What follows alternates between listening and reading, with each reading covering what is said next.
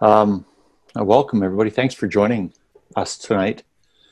It's an honor for me to talk to this group. I know sitting in the audience, there's probably a lot of people that we know. I'm going to guess that there's people like Shadow and Rita and Vivi and maybe CC and a whole bunch of other people out there. I know that our training, I've trained with you, worked with. Before we get going, and I might do it at the end, but I just want to make sure I say thank you to everybody. Thank you to Owen, Lulu, and Lynn, especially Lynn for setting this up. Owen, you're my favorite technical translator. You do a good job of that. I also want to thank Barclay, because Barclay's, along with Lynn, are the first ones that got me excited about going to China, and that was over 3 years ago, and I can't believe how far we've come. All the people we've skied with, and I can't believe how much I really missed it this spring. It's always just kind of the year's highlight. So hopefully things get back to normal, and everybody stays safe, gets back to normal, and we can all go skiing together again, because that's the most important thing. Is I know we're passionate about learning about skiing, but just being free in the mountains. And I think that's what it is. It's sliding down the snow, being free, making some movements, and having fun in a social environment. That's the best thing about skiing. Hey, I'm sitting here at my desk, and I've got this book, and you can see it's kind of tattered and torn. It's got my Chinese name on the front there, right? Okay. Yeah. And then on the back, it's got sort of ski drawings, right? Wow.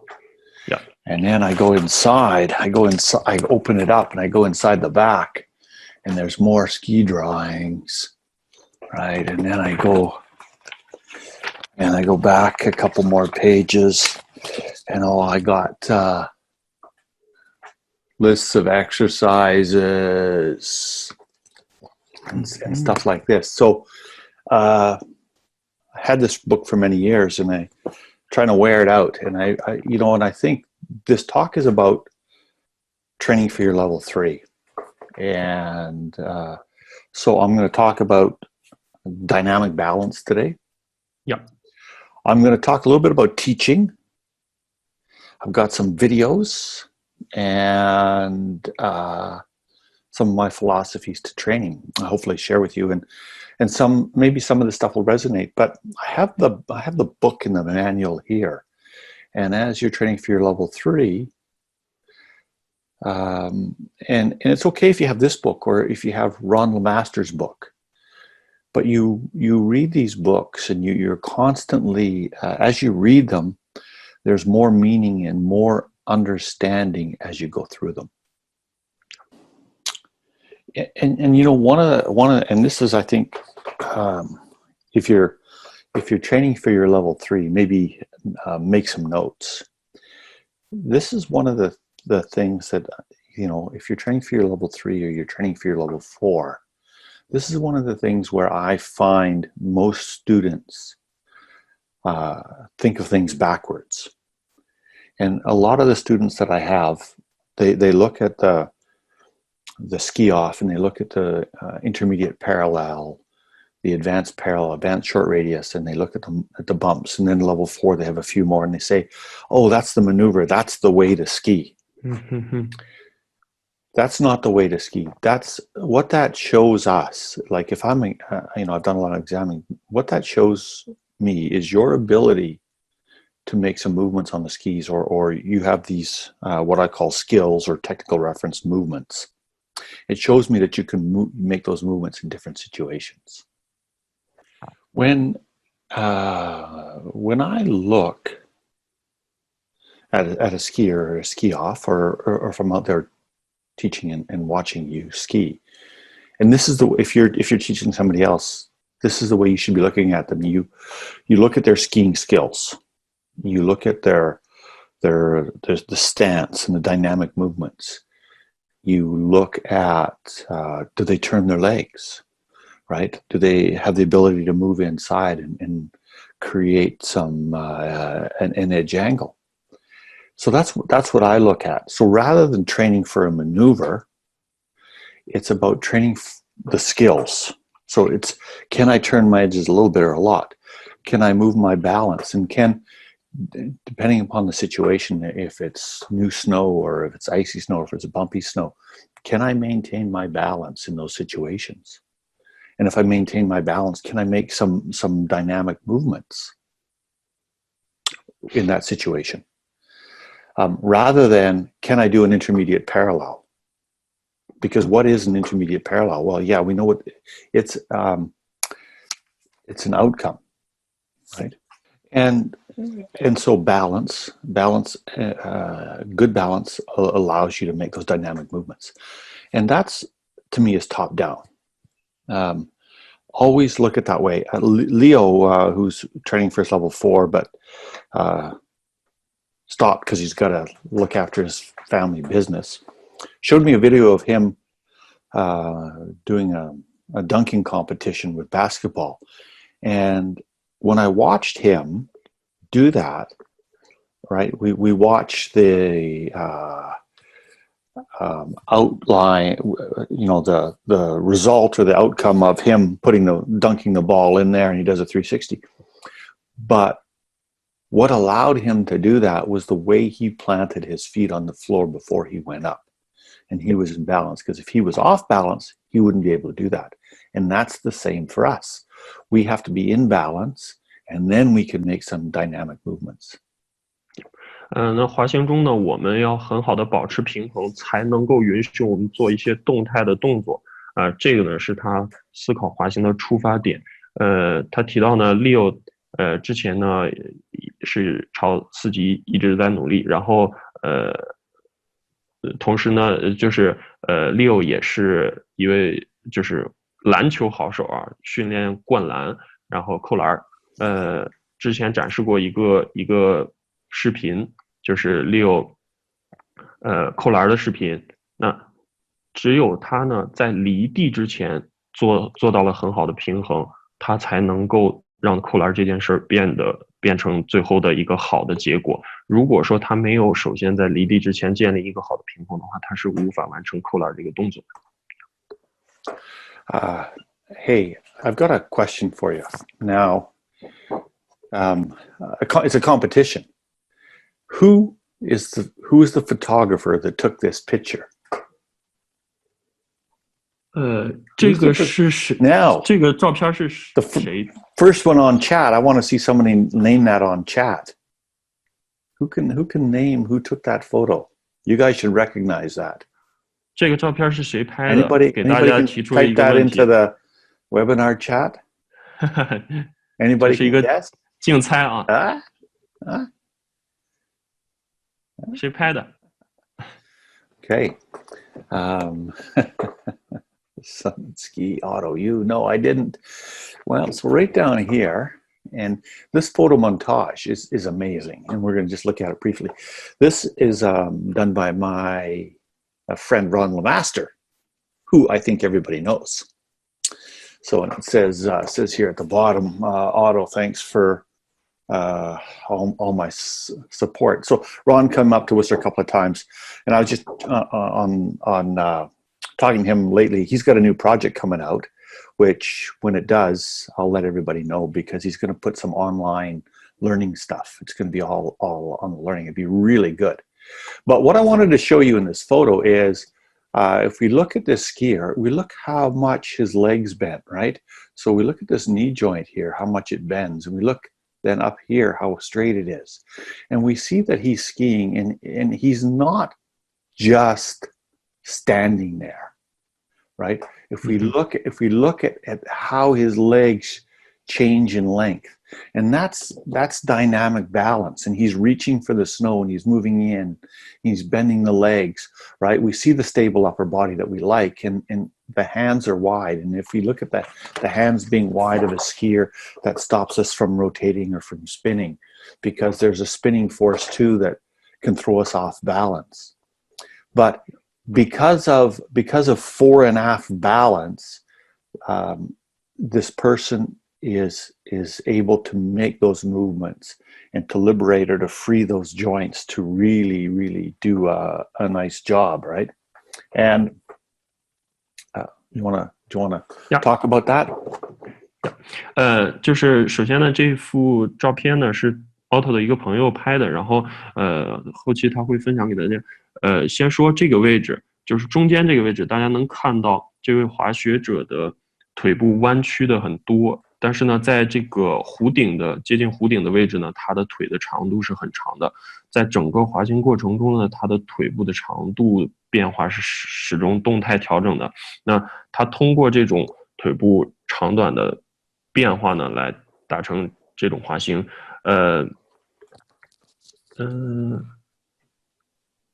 刚才说到什么？我稍微有点忘了。那其实，在问那本书呢，那个照片大家认不认识？这个照片的这个拍摄者的话呢，他是叫做 Ron Lamester Alex 答对了，这个人是那个 Ultimate Herman Myers 对滑雪 right 滑雪宝典的作者。But again, we see leg length change, right? And just beautiful photos, right? So I know that most of you look at have read Ron's books, and he's got some great photos, and those are great places to look at what a skier does and to learn from the photo montages or from videos as well. When it's stationary like that, the learning is twofold. You know, in the summertime we're looking and we're recognizing things, and then in the winter we're taking those recognitions of movement patterns and we're trying to replicate those or copy those on the snow. 就是这幅照片里面我们看到的这种滑雪者的腿部长短的变化呢，允许滑雪者很好的这个进行前后平衡的调整，然后来运用这些技巧让它滑得更好。I'm gonna share with everybody. Now, can you see it? Yes, I can see you. Okay. So what I wanted to show you here, this is footage from a couple of years ago on Whistler, and this was a demonstration that I did for a mock ski off for the level 4.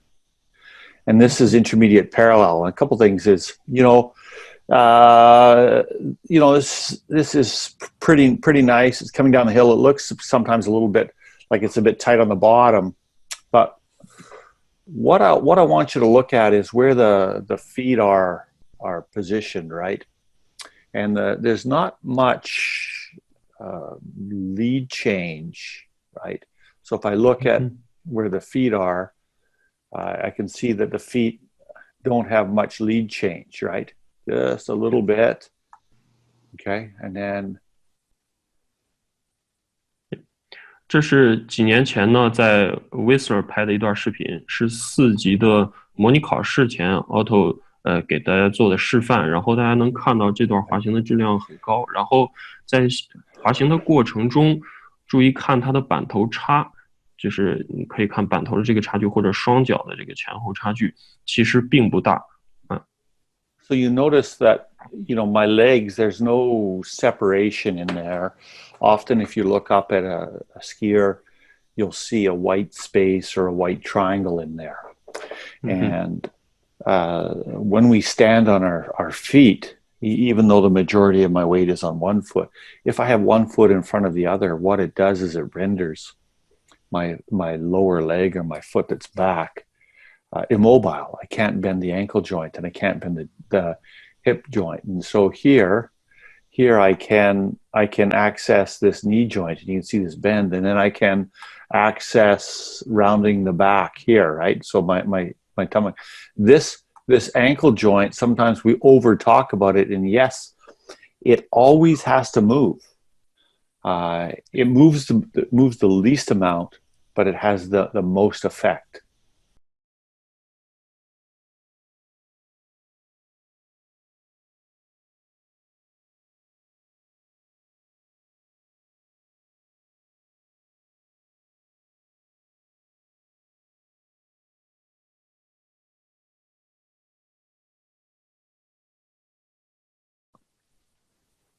Okay.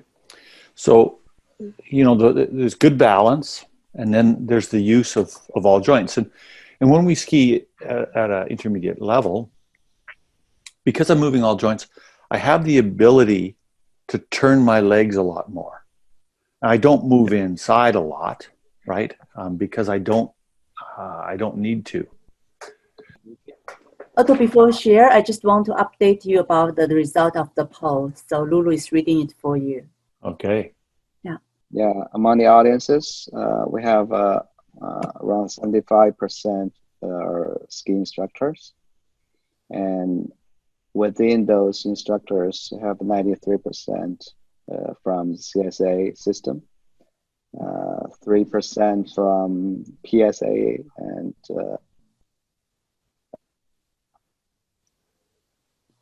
also we have 11% of the audiences around the level 3 skill level, and 67% around the level 2, 17% around level 1. Okay. We have 6% of the audiences are very timid and declare them as a newbie. Well, they're going to be level 1 soon. Yeah. And the level 1s, level 2s, and the level 2s, level 3s. Well, and will the level 3s be level 4s? Moderate, yes. So actually, I do have a question before we move on to the second video. During the first video, you mentioned about ankle angles. My question is, what is the goal? To be able to move all your joints, right? Skiing. It's yeah. What I read from what I hear from you is more like you're not trying to lock it to a certain angle. Rather, you want to keep it with the capability to move a little bit all the time. Correct. And if the feet are side by side, and when I mean side by side, I don't mean like this, but we don't want one foot in front of the other. We want them similar, so that the tib, fib, the lower leg, and the femurs are all at the same angle.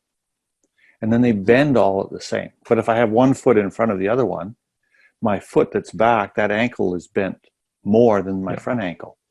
And then effectively what happens is it stops my ability to be able to move. And that's, if we're going to go on and we're going to look at some good skiers, and the overlying topic today is dynamic balance. We have to move a lot when we ski. We don't just pose, right? We have to perform, and sometimes when we look to a maneuver, we go, oh, I have to look like a certain way, and I stop moving. Well, I have to be dynamic, and I have to be able to move my balance point fore aft. I have to be able to turn my legs. I have to be able to edge my skis. So dynamic balance allows the skier to access all joints. All right. Thanks, Owen. Hey, let's, you know what? I think there are lots of good questions, and we can have questions at the end, but I want to expand upon this, or just train your eye a little bit on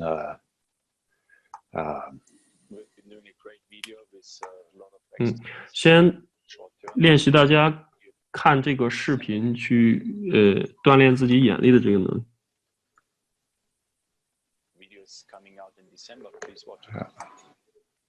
Sorry, just gonna stop it. Okay, so here we got Richie Berger. 这儿 and 李奇贝尔。I'm just going to highlight something else a little bit here. Feet, right? No lead change. The feet are side by side. 这块呢，要尤其强调他脚踝部分的一个位置，是相对对齐的一个状态，然后没有很大的板头差。There's no gap right in here. Okay. 双腿之间没有缝隙。he was doing a wedge turn to start and a wedge to parallel. And let's just watch as he develops this little video here. He's going to. The video is coming out in December. Please watch. 刚才这段呢，他在做一个半离式，就是从离式开始，然后把双腿再滑成一个平行的状态，那双腿之间没有缝隙。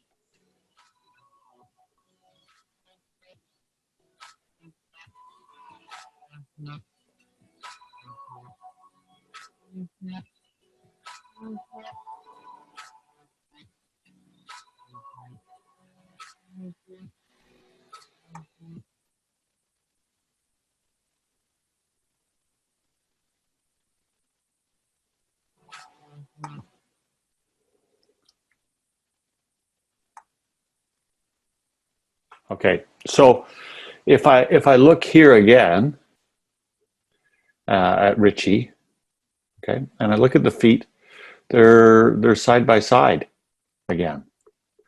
Yeah. This ankle joint and femur is the same as this. Right and left are both the same. And then we see his femurs are both, you know, if his feet aren't apart, he wouldn't be able to bend that joint like this. And he's got the ankle joints bent, he's got the knee joints bent, the back, and it's beautiful skiing. But the reason it's beautiful is because he does the fundamentals right. And because he has the feet in the right spot, he can bend all his joints. And then he's turning his legs. His legs are, you know, his body is coming this way, and his legs are going that way, right? So he can turn his legs. Okay, so we see that stationary. Watch it in motion.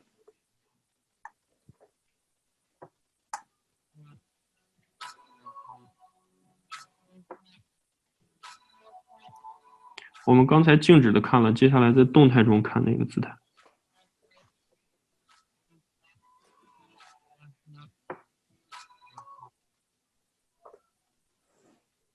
Can you hear me?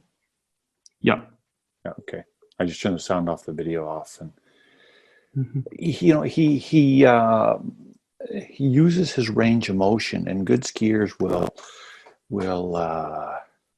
use their range of motion, right? Got another one here of him. Let's just get rid of this. 他很好的利用了这种活动的范围，好的滑雪者呢能够很大幅度的运用他活动的范围。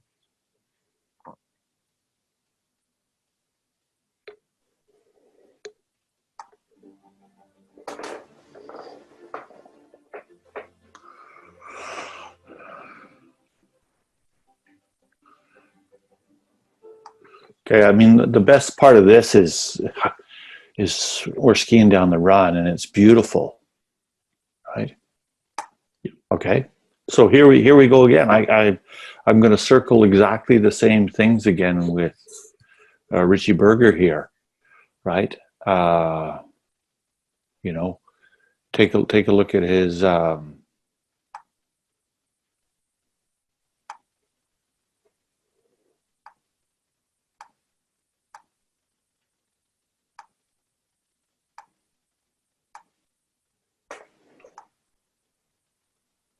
Right there, right? If I look at, you know, tib fib, they're both on the same angle. They're both tipped in the same way. They're both bent, and then he uses all his joints, and he moves so much. Right now, towards the end of this conversation, I'll have a little bit about, you know, physical training and things like that. Because it is summertime or approaching summertime, and I think that's a good thing to talk about, because not only is Richie a good skier, Takau's a good skier.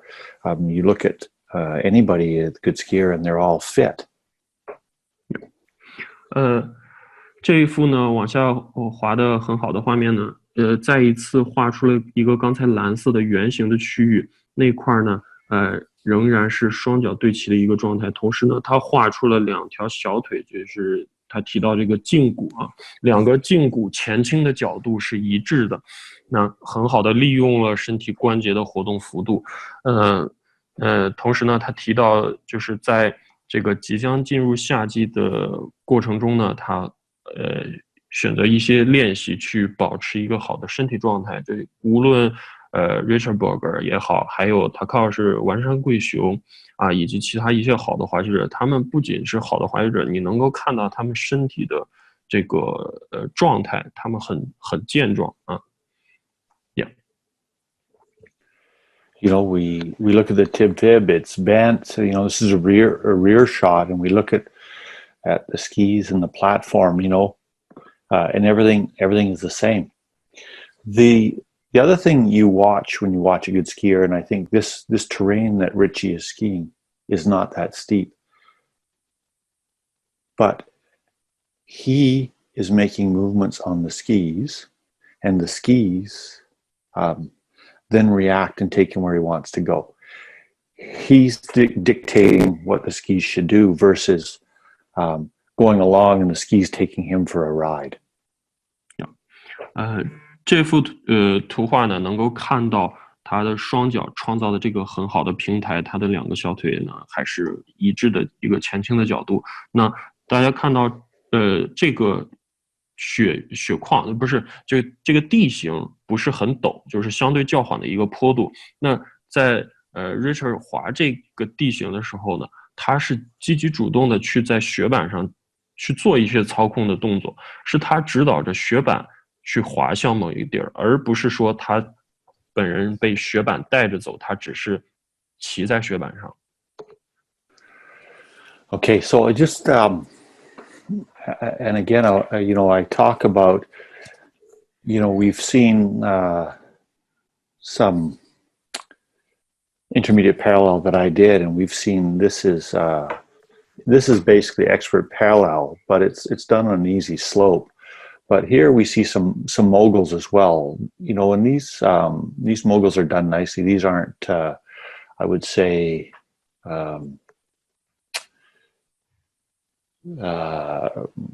very steep or very hard, especially for Richie's talent. But again, I'm just going to highlight the feet and this, right? Now, at this particular point, we see that the feet are, you know, he's kind of pushing them forward a little bit. Okay, so when it comes down to it, he has a nice stance. You know, if I was to say, hey, where is that finite balance point? It's just at the back of the arch in front of the heel pad. The balance of elite skiers, you know, Richie or Takao, you know, even myself, I find that balance is the critical, and then the dynamic movements within balance are critical to allow you to turn the legs in bumps.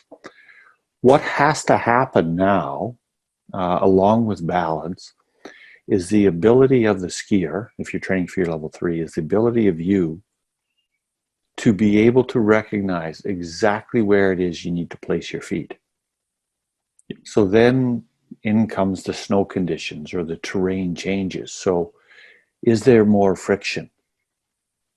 Mm-hmm. Is there more resistance? Like, is there a hill is going to slow them down, or is there soft snow going to slow them down? Do I turn my feet more and I apply edging, and that's going to slow my feet down?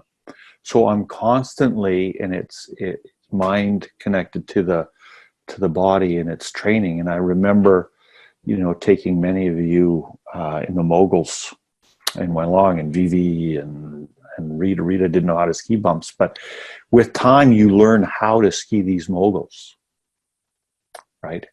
And with experience you learn where to place and how to balance, and then allows you to make some dynamic movements.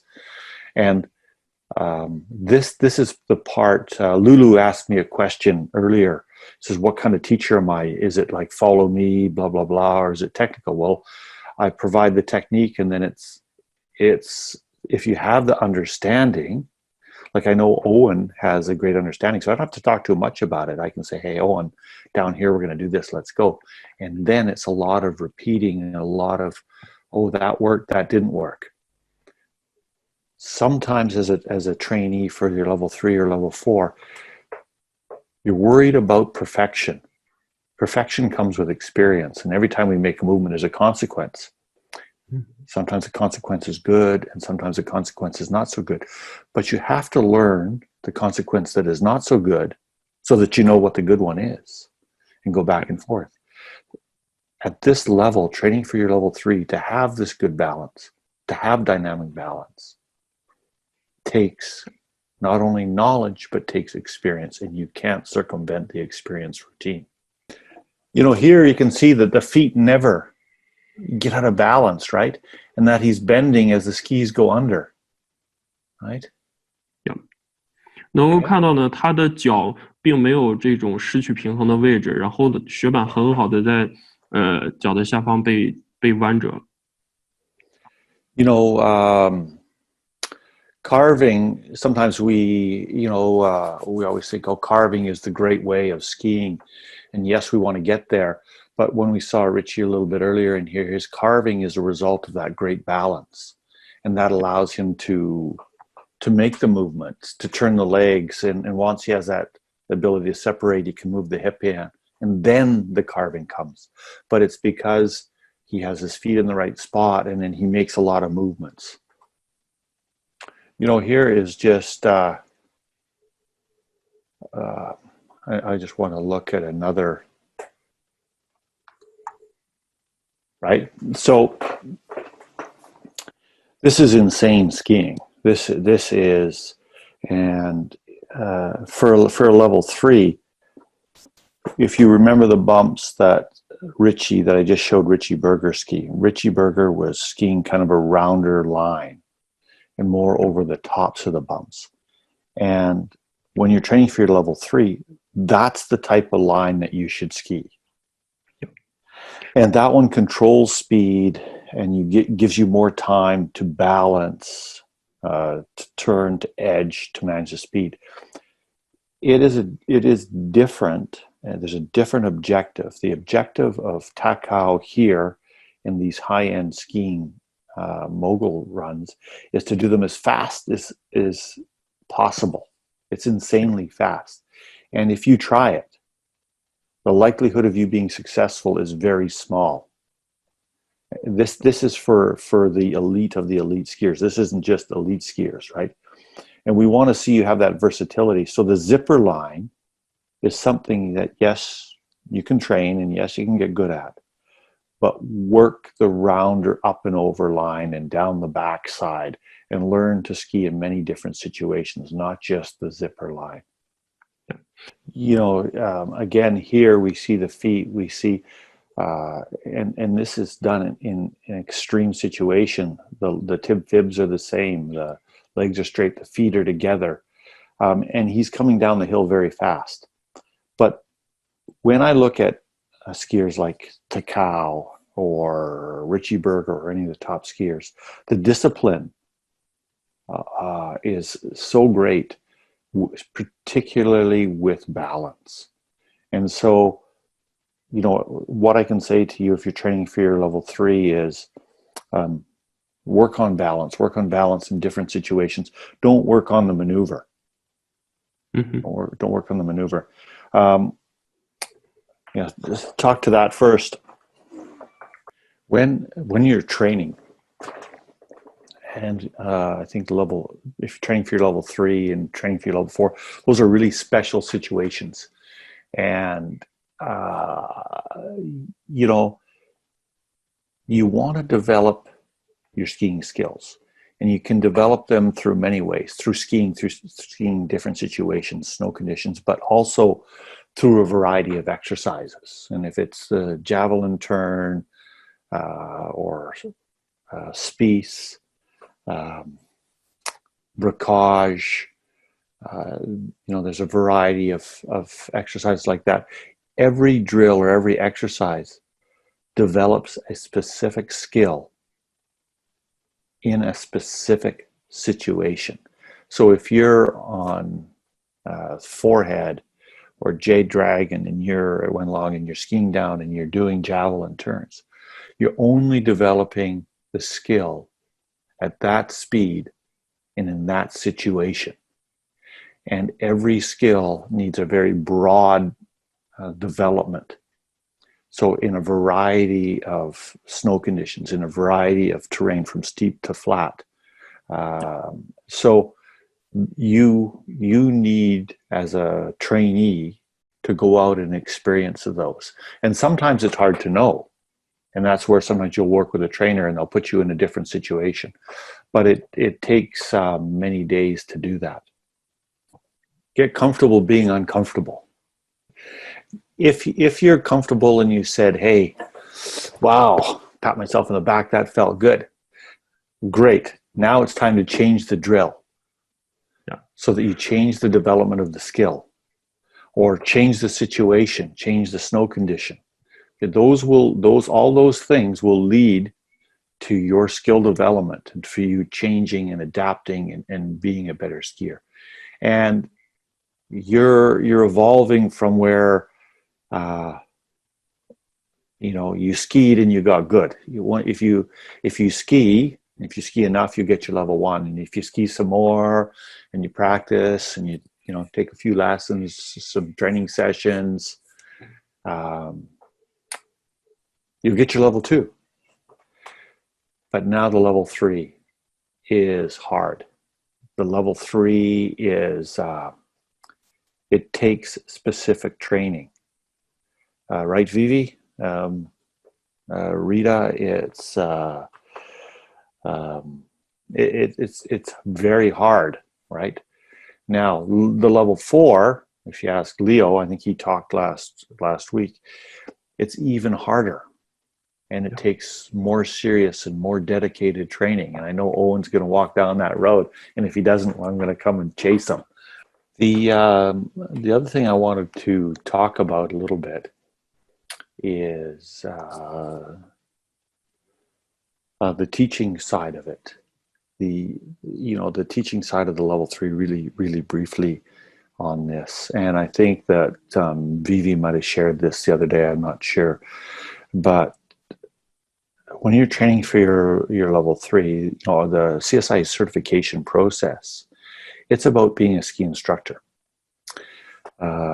So being a ski instructor is sharing your knowledge with others and being a teacher. But an interesting thing happens is when you teach, you learn a lot about skiing.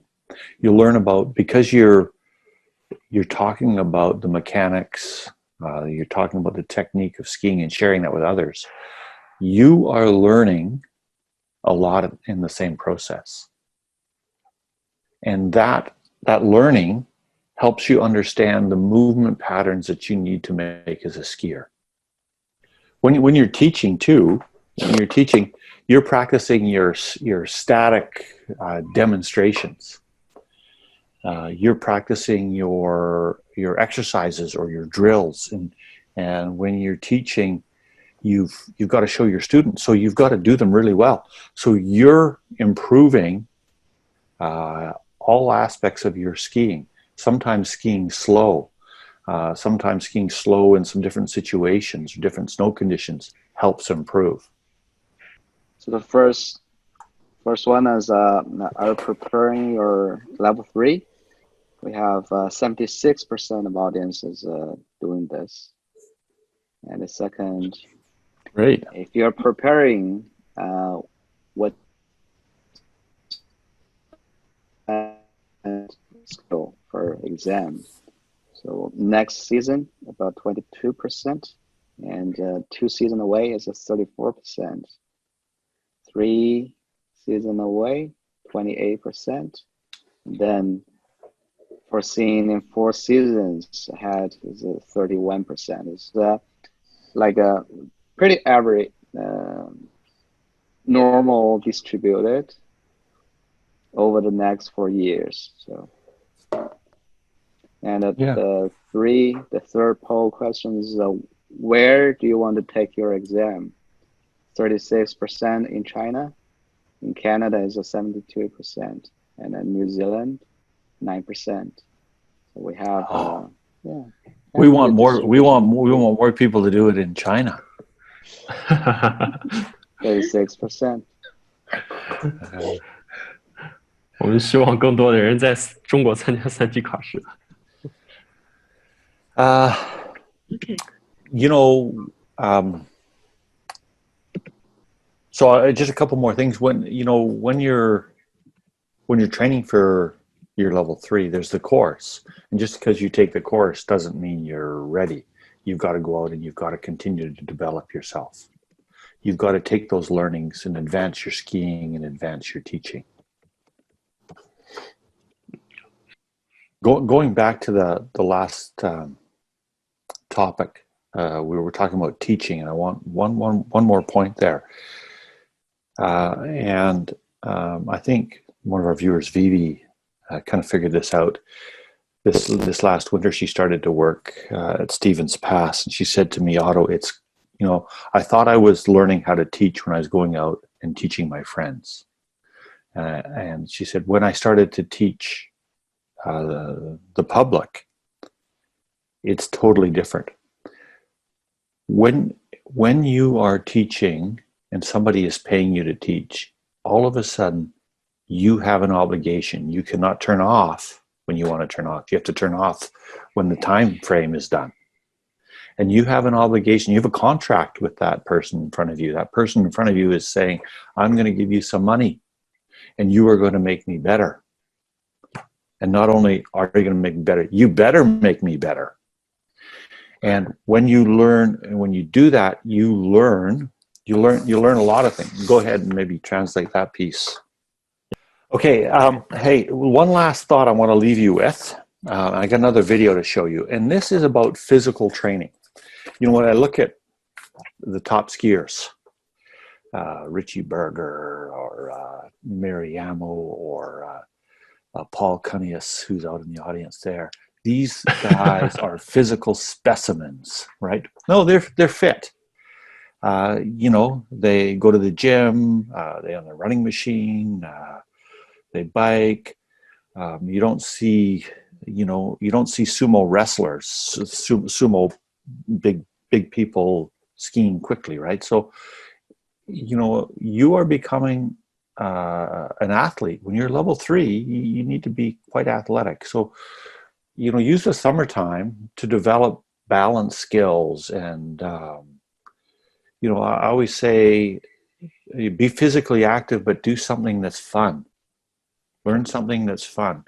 And whether it's a racket sport, a squash or tennis or pickleball, or go running or trail running, ride a bike or a mountain bike, anything that is really good. And I want to share with you something that just inspired me lately. And I'm going to, learning is fun. I'm going to go out and I'm going to learn to do this. Let's see if I can pull this up. Oh, yes, I think I can. Hey, Owen, can you see what's on the screen there? Yeah. You see the guy with the skipping rope? Yeah.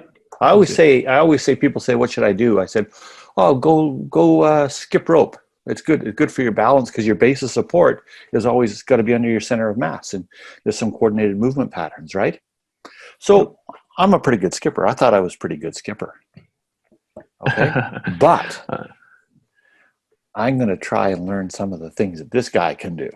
And I'm going to go out and buy a professional skipping rope, and I'm going to learn to get better.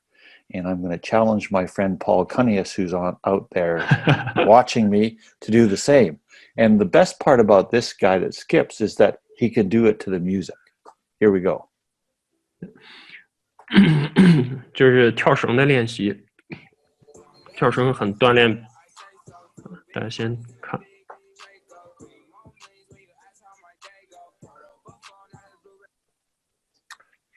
Oh, like that, huh? You like that? Should I show that again? One more time? 再看一遍吧，大家喜欢吗？这个跳绳的练习非常高难度的跳绳啊，就是跳绳呢很锻炼平衡能力、运动能力。然后看不到吗？有观众说看不到，大家能看到吗？回复一下文字。我这里能看到。OK， 都能看到哈，就是很锻炼运动能力。然后 Otto 本身呢，跳绳跳的也很好，但是呢，他还会挑战自己，因为看了这个视频之后，他会去买一个更专业的这个跳绳，然后去试着尽可能的做这个，同时呢，也帮助他的朋友 Paul 看能不能也做得更好啊。Newbie Dalla, that guy was Newbie Dalla. 牛逼大了，牛逼大了，牛逼大了 That guy was Newbie Dalla. OK， 现在 Paul。 Mehao de Etienne. Can you hear me? No? Hi, Paul. How are you? Hi. Good. So you can see me and hear me. Ni hao, Paul. 你好，你好，谢谢。I was going to say deja vu, but that doesn't work. Mehao de Etienne. 我叫什么名字？我叫什么名字？ I just want to say hi to everybody out there, and thanks, Lynn, for adding me to the panel. I hadn't planned on that, but thanks for tossing me in here. Hi to everybody who's out and watching this. I think it's absolutely great, and I think Otto's doing a fantastic job on another great presentation here. A lot of great information coming out. So nice job, Otto. Thanks, Paul. Hey, I have a question for you. Can you skip? Are you going to learn to skip like that dude did? He was amazing. I'm going to start tomorrow morning. But to my point, he had his feet underneath him, and he was making a lot of movements. Dynamic balance. Right? Yeah. I want everybody to this summer to learn how to skip. Yeah. And I want you. Allow me to introduce who Paul is, right? Okay, so some of you may know. Sorry. 对观众来讲的话，可能有些人知道 Paul 在中国的，但有些人未必知道。那 Paul 呢，也是4+4的大神，而且是4+4夫妻。他的太太也是很牛逼大了的这个4级女神。那他呢也是在中国带大家叫滑雪吧。他应该是在 Who are you in Calgary, right? Living in Canmore, which is just outside of Banff, and about an hour from Calgary, correct? Yeah. So Otto, I can share with the audience in the bigger group if you want. Yeah. I thought it'd just be for fun. Hey, I know it's getting we're at our 90 minutes, but maybe let's answer a couple of questions before we go. And what we can always do is down the road we can have just a question and answer session sometimes too. I know maybe people didn't feel they got all the time to answer questions now. So Lynn, we could always schedule something in a week or 2 or 3, depending on the lineup, and just have a question and answer session. No problem. Sure. So 刚才那个 Otto 说时间也到了，然后他也是说我们可以再安排一个 Q&A session。但是既然我们已经把 Paul 都请上台了，4级大神之间他们也可以问一个问题，这样的话，对，他来提个问题吧，好不好？ So I just mentioned that sure we can do some Q&A sessions along the journey, and now we've already got Paul on the stage. Can we just have Paul to ask a question to Otto so that it's a conversation between? Yeah. I would love to ask a question to Otto. Yeah, thank you. I've been waiting a long time for this.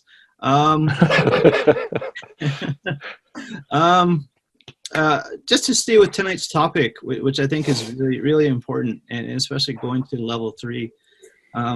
Everything we do is built around balance, and I think Otto's spoken really well to that tonight.